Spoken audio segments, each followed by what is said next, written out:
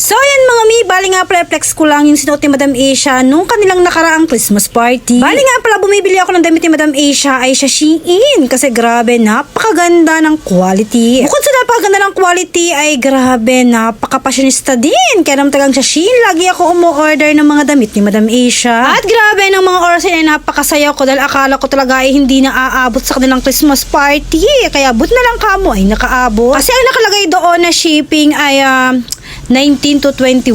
Ay 19 yung Christmas party nila Madam Asia. O diba? Talagang nangangamba na nga ang Mama Rachel nyo dahil baka nga hindi umabot. Pero but na lang kamo, 17 pa lang ay dumating na. Kaya naman grabe, sobrang saya ko ng mga oras na yan. Kaya naman eto, sabay-sabay nating tingnan ang pang Christmas party ni Madam Asia.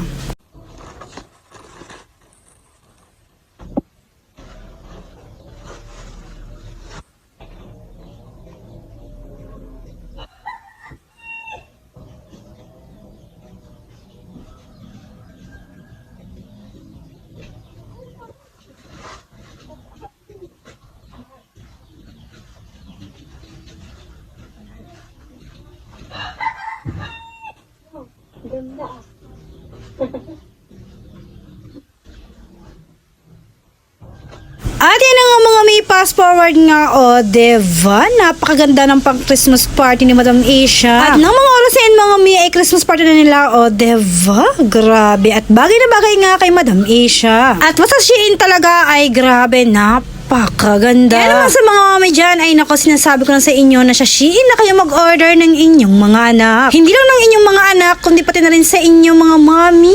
Iyon lang mga mi. Bye! Salamat!